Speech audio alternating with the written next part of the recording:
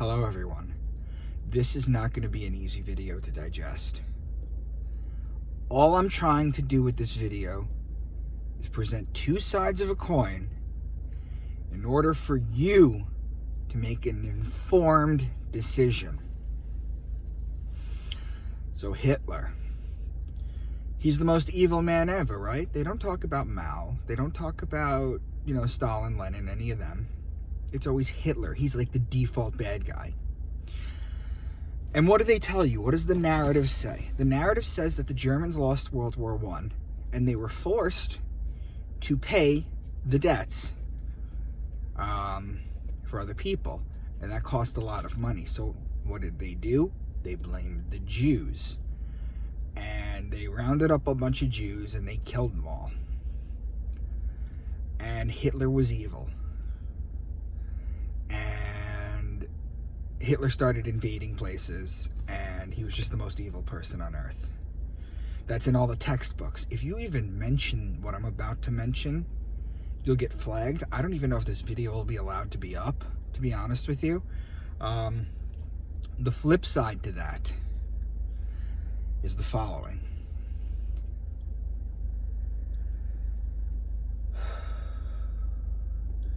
In 1917, the Balfour Declaration was created.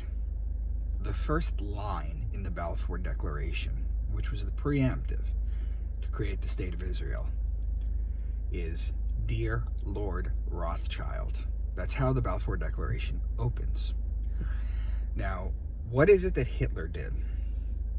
Hitler banned usury, just like Gaddafi did, just like Venezuela did, just like Russia did.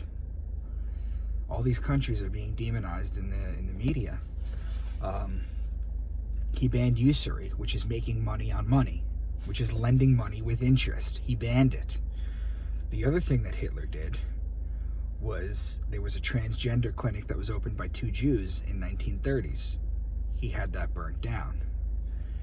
In the 1930s, you could go to Berlin and you could rent a mother and a daughter for sex. He had all that shut down within a year. The media will have you believe one way, but was it created? Well, we could talk about General Patton, who came out publicly and said, "I fear that we have fought on the wrong side. We should have fought with the fascists instead of the communists, and I fear for this country within 50 years. And he died in a car accident not soon after he said that.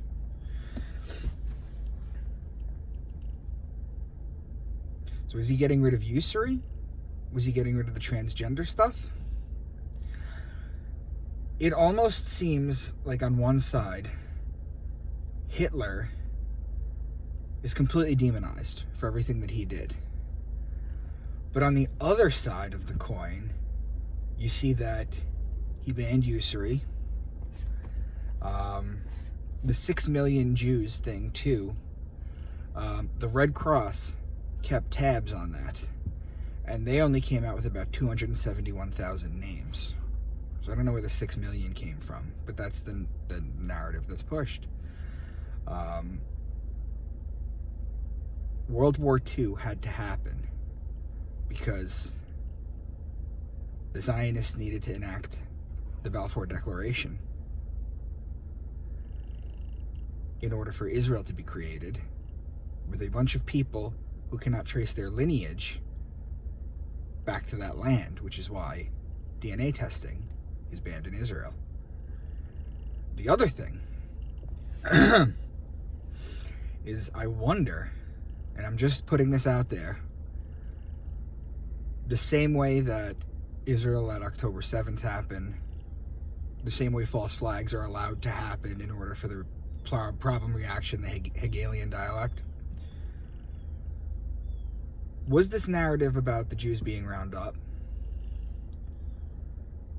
And a lot were rounded up. But was this narrative necessary in order to push a permanent victim status that could be used for the next 100 years? So on one side, you have Hitler being the bad guy, and on the other side, he did what Gaddafi did. He banned usury, and he got rid of the transgender stuff. Because, guys, gender confusion, once that hits a society, you have about 3 generations before it all collapses. So those are my 2 sides that I'm presenting on you. And the other thing, too, is if the Nazis were so bad, if they were so evil, why did General Patton say that? Why, after World War II, did we import a ton of them to start NASA? NASA was started by Nazis. Why was Hitler allowed to escape to Argentina? You ask people from Argentina, they all know that Hitler lived an old life there.